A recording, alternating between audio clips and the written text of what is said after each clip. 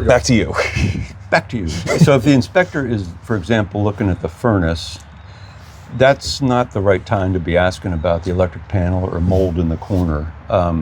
You want to focus on what the inspector's working on and ask questions about that, because you're going to get to all the other things at the right time. So it is important to tag along, ask good questions. If you don't understand something, please say so, because it's our goal to help you understand the condition of the house and what the issues are that need to be fixed. And what are some things that a buyer should be asking you during the home inspection?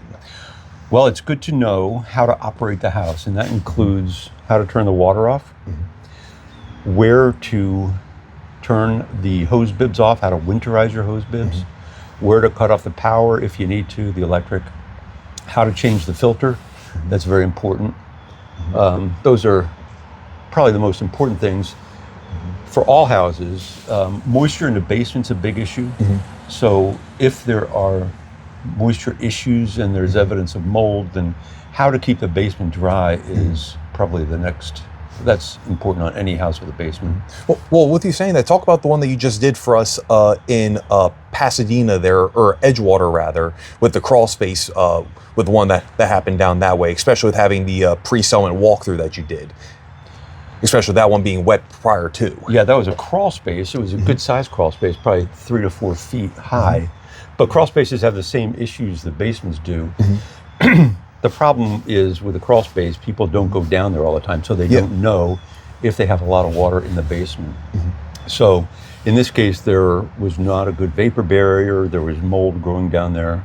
So they had a mold remediation company come in and deal with the mold, and then dry out the basement by putting in a really good vapor retarder, a moisture barrier, and sealing up the crawl space to keep the humidity from getting in. So that's important, because in a crawl space, it's out of sight, out of mind, and all that moisture can come up into the house and cause problems too. So absolutely. And now after you doing that pre-settlement walkthrough that you did for my buyers down there, is something we might do a little more going forward or recommending. So during that pre-settlement walkthrough that your folks were doing, or yourself, what should a buyer be looking for or be paying attention to during that, especially if they requested something on a home inspection? Yeah, on a pre-settlement walkthrough, we, in fact, in our reports, on the last page is a list of everything that we recommend a buyer should check, along with their agent. And it's basically a mini home inspection, but you want to run the water, you want to run the kitchen appliances, because things do break in between the inspection and the closing. So certainly run all the stuff that you would normally use, the washer and dryer, the dishwasher, things like that.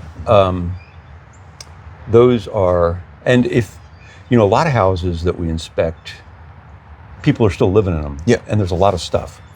And that's one of the things for a buyer to realize, is that if the house is not empty, there are limitations to what we can see. We can't check some of the outlets, we can't get to some of the heat registers, we can't see basement corners because that's where all the stuff is. So bring a flashlight, especially if the basement is now empty and it wasn't, and check for moisture in the corners, especially because that's where the downspouts are. That's where most of the issues are. Okay. So, and take the time to check, especially that moisture in the basement, with a good flashlight. Okay, fantastic. Yeah. What about this? Rick, what are your thoughts on how can a seller, homeowner, help a buyer feel more comfortable buying their home by maybe having a pre-come to market inspection? Are you doing any of that?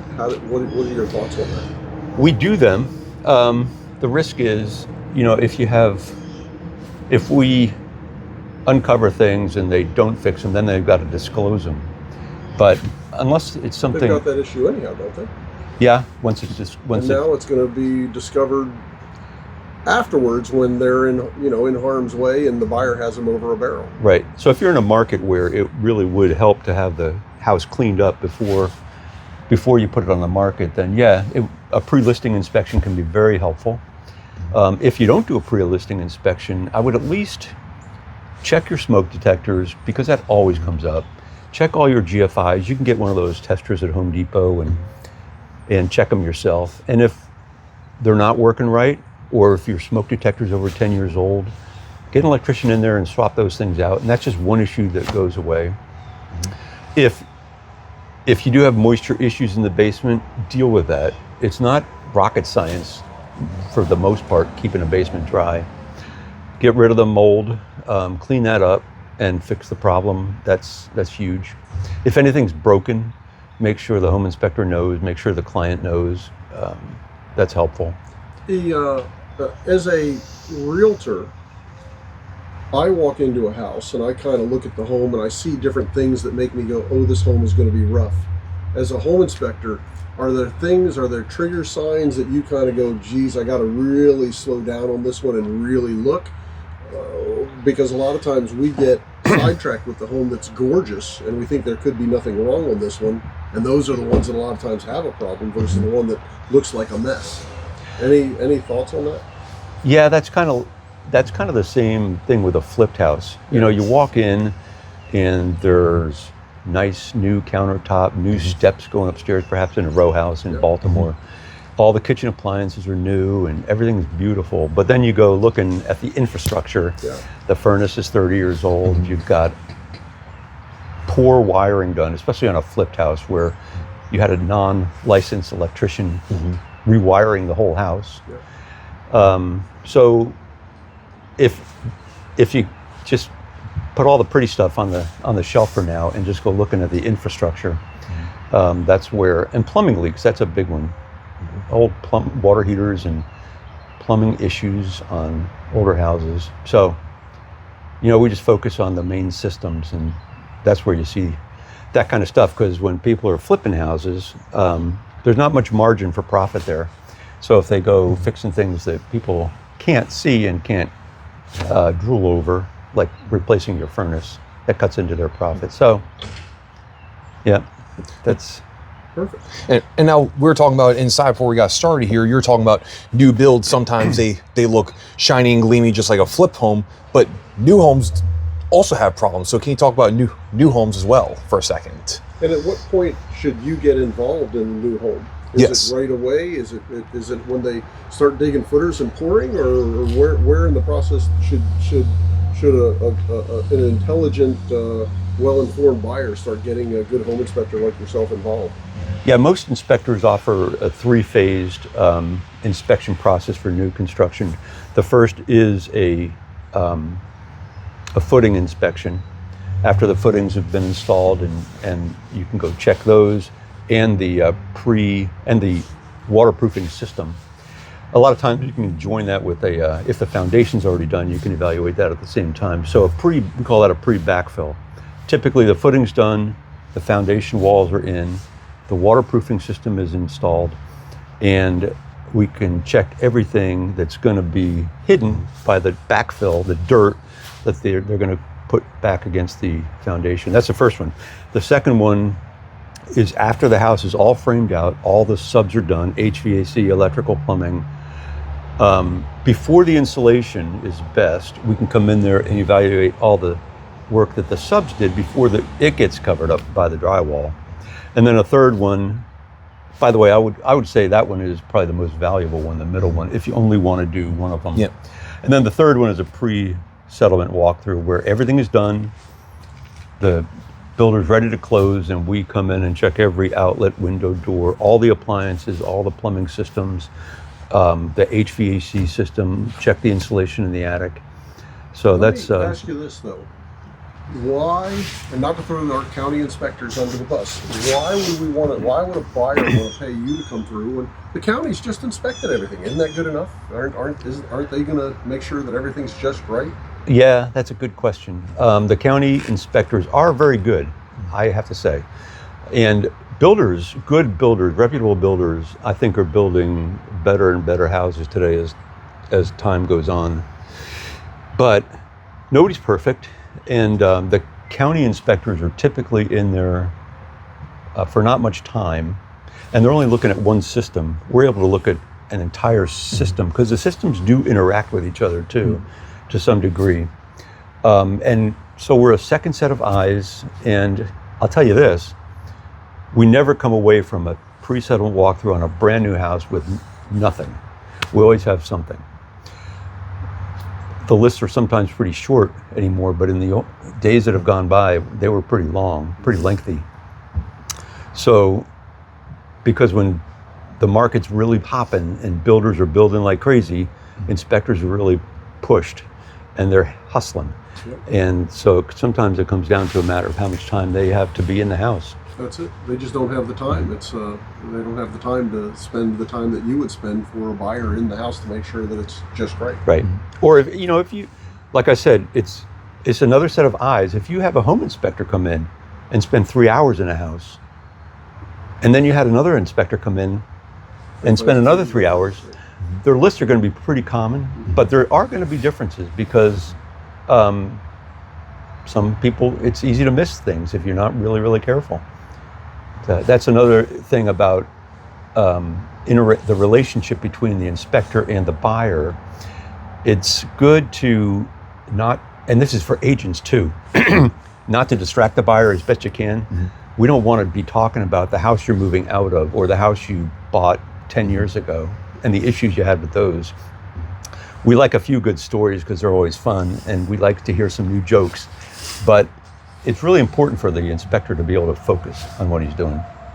So, and not be distracted by other stuff. I mean, there are some agents who love to pick my brain about their house, the issues they're having on their house, while I'm trying to inspect this house. And it's... My favorite thing is when I got you to stand in the shower and check the water. Yeah. Did my dad really get you to do that? I did it all by myself, though. It's happened 3 times. I have actually gotten in the shower to check the tile, and then I check to make sure the faucets are tight and secure. And normally I get out before I turn the water on. But there have been 3 occasions in 35 years when I don't know if I thought it was in the morning. I just woke up. Just the moment, I forgot to get out of the shower before I turned the water on. And it was good for a laugh for everybody, me included. That's awesome. So I forgot you were the agent on that. So in closing here, what's one good tip you'd give to a buyer and one good tip you give to a seller, especially a seller before inspection starts and buyer, whether it's during inspection or before? What's 35 experience, one good tip for each? Well, I'd wrap up a couple in there. 1 A, B, and C maybe. Okay. Like I said, come to the inspection if you're the buyer. Mm-hmm. Let track with the inspector and ask good questions as he's doing the system. And make sure you understand how to operate the house. Mm-hmm. So that's for the buyer. Mm-hmm. For the seller, on the other hand, it's best if you don't come. Yep.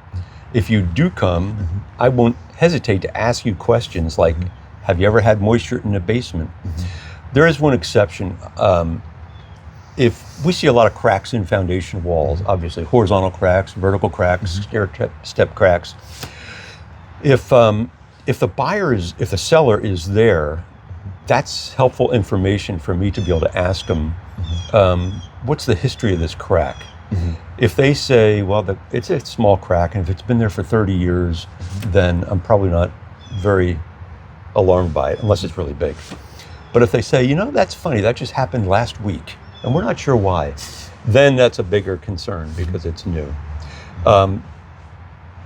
That can be helpful information from the seller for the inspection process, because it can help the home inspector put that in context for the buyer. Is it a big deal or is it not? So, but generally for the seller, if you can not come to the inspection, and get anything fixed that you know is broken, that'll only help things move along more smoothly. Yeah. Awesome. Well, I appreciate you coming out, Rick. It's a pleasure as always. And if you have any questions or someone wants to get a home inspection, how can they reach Highland Home Inspections? Our number is 410-772-9332, or our website is hhinspect.com. Yeah. And if my cell phone is 410-984-6600. If you're an agent or if you're a buyer and you see something on inspection, and I get quite a few of these, take a picture and text it to me, and I'll give you my 2 cents on it. All right. And 35 years experience is plenty of sense to give. Awesome. Well, I'm Weston Bim, Winning Edge Real Estate. Thank you again, Rick. We'll talk soon.